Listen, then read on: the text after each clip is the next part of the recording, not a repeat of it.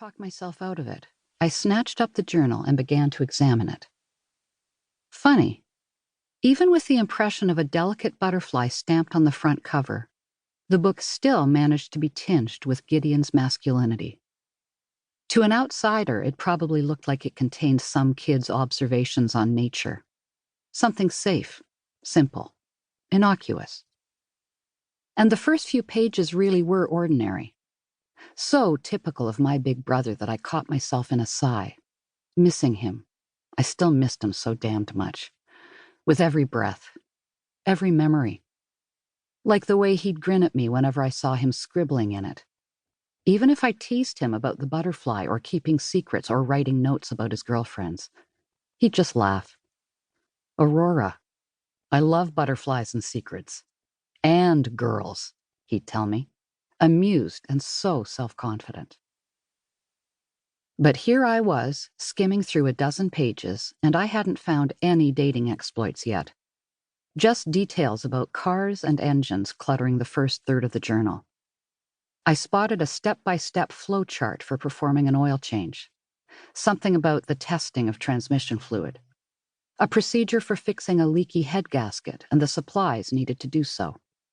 1 gallon antifreeze. 1 radiator drainage pan. 1 quart engine block sealer. And so on. Looked kind of like a recipe to me. Lists of standard adjustable wrenches. 8-inch, 203 millimeter, 10-inch, 254 millimeter, 12-inch, 305 millimeter. And screwdrivers, Torx number 15, Phillips number 00, followed. I squinted at them all. For a girly, bookish 17-year-old like me, this was about as riveting as reading an old J.C. Penney catalog. I kept reading anyway, my heart pounding as I traced my brother's words with my fingertip. The familiar raw ache twisted deeper. On the page, Gideon was going on for an eternity and a half, specifying the differences between long-nose pliers and nippers, but, truth was, I didn't care.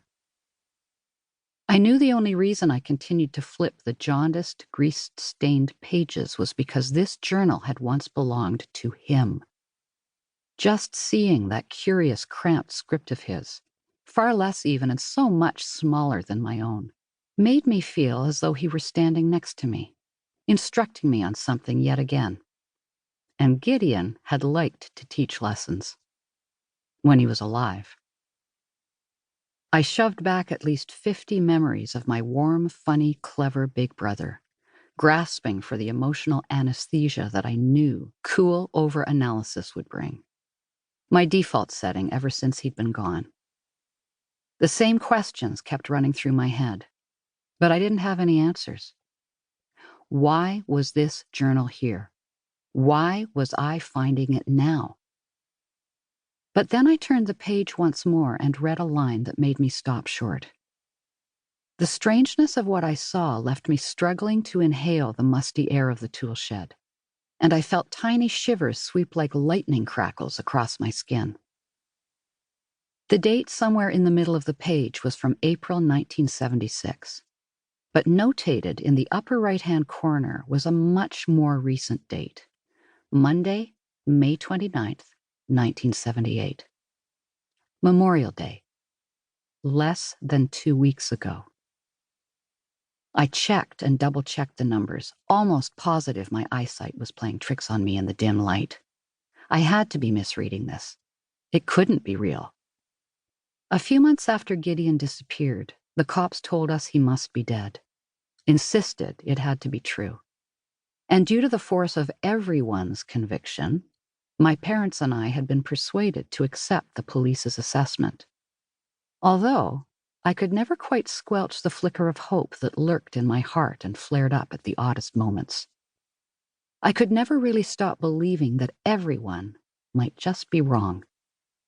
And now I had this. Underneath the recent date were the words, "Start here. G." Logical or not, it was as if this were a message written just for me. Oh, God. Could it be? My brain swam in a soup of questions.